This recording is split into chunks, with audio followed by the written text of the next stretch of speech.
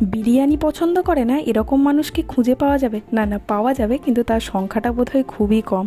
আমিও যেমন বিরিয়ানি খেতে ভীষণ পছন্দ করি, কিন্তু হ্যাঁ, আমার আবার একটা ব্যাপার আছে, আমার আবার আলু ডিম ছাড়া বিরিয়ানি পোষায় না।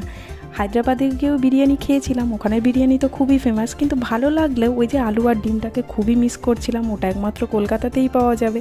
তো এখানে রেস্টুরেন্টে তো মাঝে মাঝেই আনিয়ে খাই, কদিন ধরেই ভাবছি বাড়িতে একটু বানাবো, সময়ের অভাবে আর হয়ে উঠছিল না। তো যাই হোক, সময় টময় বার করে বিরিয়ানিটা রান্না করেই ফেললাম।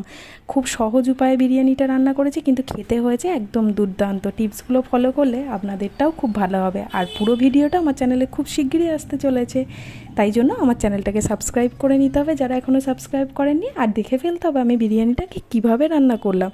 তো যাই হোক, বিরিয়ানি তো রান্না হয়ে গেছে, বরমশাইকে খাওয়াতেও বসিয়ে দিয়েছি। বরের যে এক্সপ্রেশন ছিল না, দেখার মতো, সত্যিই টেস্টি হয়েছিল। আজকের মিনি ব্লগটা এখানেই